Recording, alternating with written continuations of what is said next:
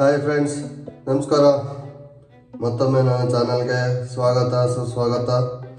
ಇವತ್ತು quick and ಈಸಿಯಾಗಿ ಬಾಂಬೆ ಸಾಗು ಮಾಡೋದು ಹೇಗೆ ಅಂತ ತೋರಿಸ್ಕೊಡ್ತೀನಿ ಬನ್ನಿ.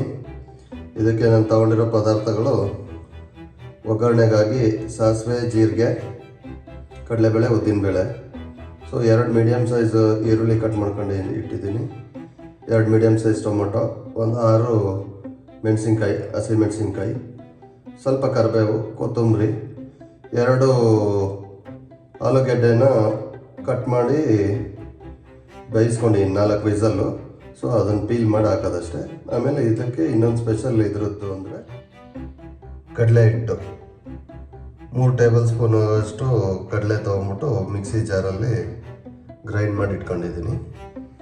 ಹಾಗೆ ಆವಾಗಲೇ ಹೇಳಿಲ್ಲ, ಸ್ವಲ್ಪ ಬೆಳ್ಳುಳ್ಳಿನೂ ತೊಗೊಂಡಿದ್ದೀನಿ, ಹಾಗೆ ಸ್ವಲ್ಪ ಇಂಗು.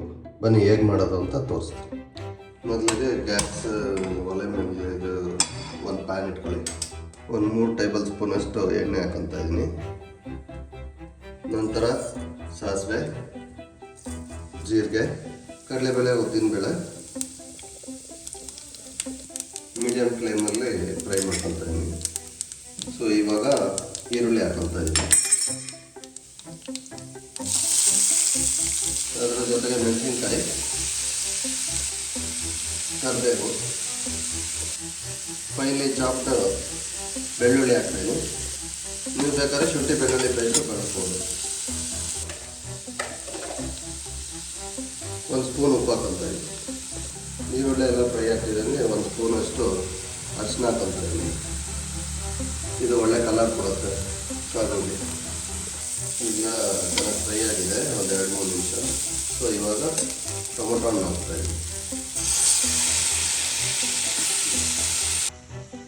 ಟೊಮೊಟೊ ಬೇಯ್ತಾ ಇರ್ಬೇಕಾದ್ರೆ ಈ ಕಡಲೆ ಹಿಟ್ಟು ರುಬ್ಕೊಂಡಿರೋ ಕಡಲೆ ಹಿಟ್ಟಿಗೆ ಸ್ವಲ್ಪ ನೀರು ಹಾಕೊಂಬಿಟ್ಟು 3 ಪ್ರಮಾಣದಲ್ಲಿ ನೀರು ಹಾಕೊಳ್ಳಿ. 1:3 ಕಡಲೆ ಹಿಟ್ಟು ಎಷ್ಟಿರುತ್ತೋ ಅದಕ್ಕೆ 1:3 ನೀರು ಹಾಕೊಳ್ಳಿ.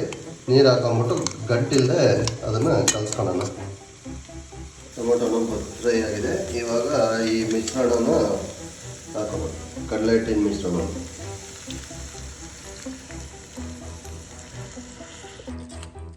ಇದು ನೀರನ್ನ ಎಷ್ಟು ಬೇಕೋ ಅಷ್ಟು ಅಡ್ಜಸ್ಟ್ ಮಾಡ್ಕೊಳ್ಳಿ, ನಿಮಗೆ ಕನ್ಸಿಸ್ಟೆನ್ಸಿ ಯಾವ ರೀತಿ ಬೇಕು ಅಂತ. ಸೊ ಪೂರಿ ಸಾಗುಗೆ ಗಟ್ಟಿ ಬೇಕಂದರೆ ಆ ಥರ, ಬೇರೆ ಇಲ್ಲ ತೆಳ್ಳಗೆ ಇಡ್ಲಿ ಥರ ತಿಂತೀವಿ ಅಂದರೆ ತೆಳ್ಳಗೆ ಮಾಡ್ಕೊಳ್ಳಿ. ಇದೊಂದು ಕಡಲೆ ಹಿಟ್ಟು ಹಸಿ ವಾಸನೆ ಹೋದಂಗೆ 3 to 4 ಮಿನಿಟ್ಸ್ ಚೆನ್ನಾಗಿ ಬೇಯಿಸ್ಕೊಬೇಕು. ಕಲರ್ ಇನ್ನೊಂದು ಸ್ವಲ್ಪ ಉಪ್ಪು ಹಾಕ್ಕೊತಾ ಇದ್ದೀನಿ ಕರೆಕ್ಟಾಗಿ. ನೀರು ಆ್ಯಡ್ ಮಾಡಿದ್ನಲ್ಲ ಅದಕ್ಕಾಗಿ. ಇವಾಗ ನಾನು ಆಲೂಗೆಡ್ಡೆನ ಇದಕ್ಕೆ ಹಾಕ್ಕೊತಾ ಇದ್ದೀನಿ, ಮ್ಯಾಶ್ ಮಾಡ್ಕೊತಾ ಇದ್ದೀನಿ. ಆಲೂಗೆಡ್ಡೆ ಎಲ್ಲ ಹಾಕಿದ್ಮೇಲೆ ಕೊನೆಗೆ ಕೊತ್ತಂಬರಿ ಹಾಕ್ತಾಯಿದ್ದೀನಿ. ಇಲ್ಲಿಗೆ ಬಾಂಬೆ ಸಾಗು ರೆಡಿ. ಇದು ನಾನು ಚಪಾತಿಗೆ ನೆಂಚ್ಕೊಳಕ್ಕಾಗಿ ಮಾಡ್ಕೊಂಡಿದ್ದೀನಿ.